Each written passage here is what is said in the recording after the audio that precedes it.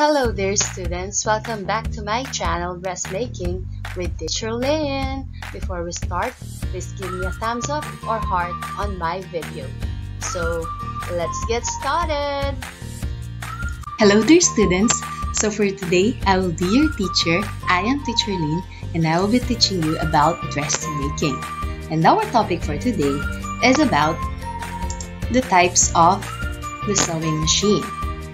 Okay, so we have these different types of sewing machine and it will help you recognize these different types of sewing machine. Well-selected sewing machine is essential for achieving good results and it should be used properly in accordance with the job requirements.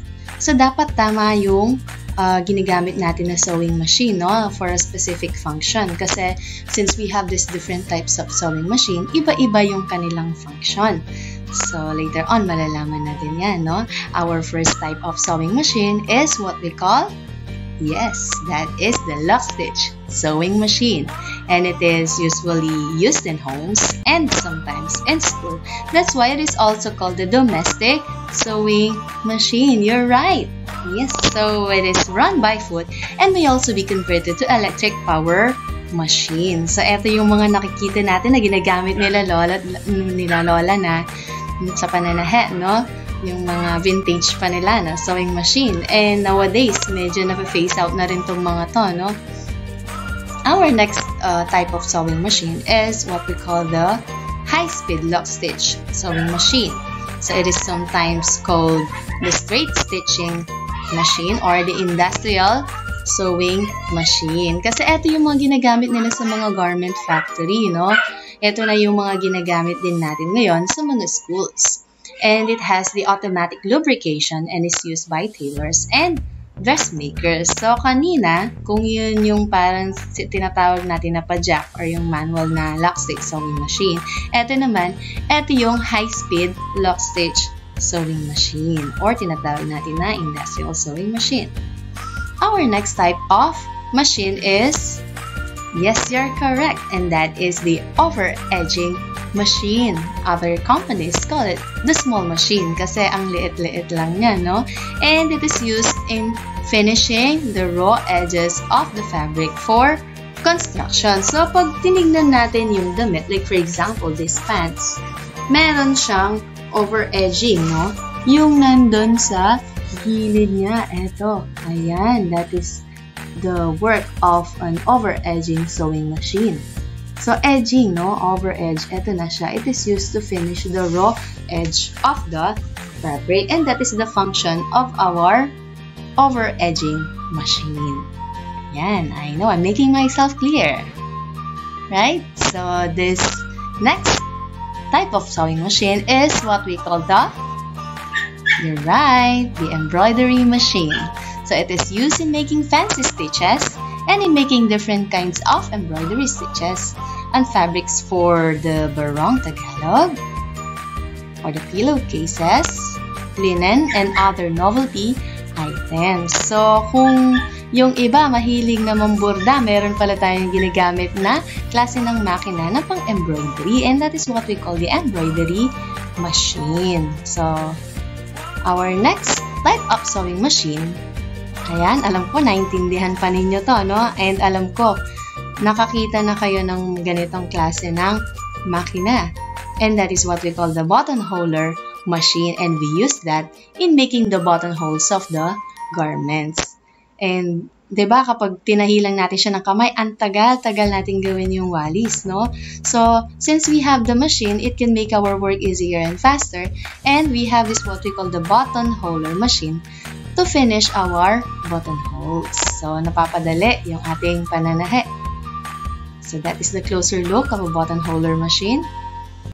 And our next type of sewing machine is what we call the button attachment machine. Kung kanina meron tayong tinatawag na buttonholer machine, yung nagfi-finish ng ganito. Ayan, buttonholer. Ngayon naman, meron tayong ginagamit na pang-attach ng buttons natin, no?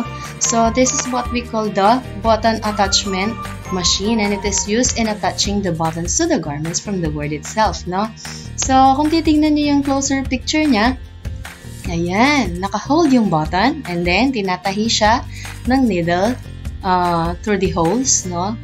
Ayan, so again, it makes our work easier and faster kasi meron tayong mga ganitong klase ng sewing machine. The next type of sewing machine is what we call the double needle sewing machine.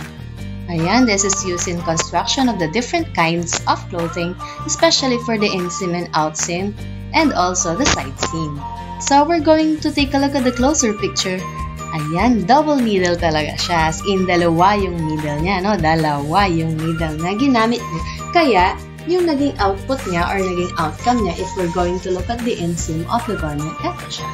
Ayan. So, double needle, no? That is the output of a double needle machine. That is another type of the sewing machine. The last one is what we call the bar tacking machine. Ayan, it is used in reinforcing the opening and closing of the pocket. So, if you are going to take a look at this picture, hindi pa ako nag-endorse. Ayan. So, eto yung mga bar tack na tinatawag natin. No? Ayan. Sa mga loops, eto siya. Saka dito. That is to add reinforcement on the opening of the pocket and closing also. Kapag tinignan natin yung front part, meron din siya sa may part ng zipper. Yan, para matibay siya. Bar. No? Okay. So those are the types of the sewing machine, no? And to have a closer look, that is what we call the bar tack. Ayan. Example. To sum it up, we have these types of sewing machine. We have the Lug Stitch sewing machine, or what we call the domestic sewing machine. The high-speed Lug Stitch sewing machine, or the industrial and straight stitching machine. The over-edging, or the small machine. Embroidery machine, we use it in making fancy stitches. The buttonholer machine, in making our buttonholes. The button attachment, we use it in attaching the buttons. The double needle in making or sewing our inseam. And of course, the last one is the bar tacking machine. Para sa mga bar tack to add reinforcements sa mga opening and closing ng mga pockets. And also loops na rin. No? Okay, so before we end up, no, I have it here. A sewing machine is very important equipment because it makes our work easier and faster. Napakalaking tulong ng mga sewing machines, no? Since we have different types and marami silang function. Kanya-kanya sila ng function. And there are many types of sewing machines and you should know their specification so that you can fully utilize them.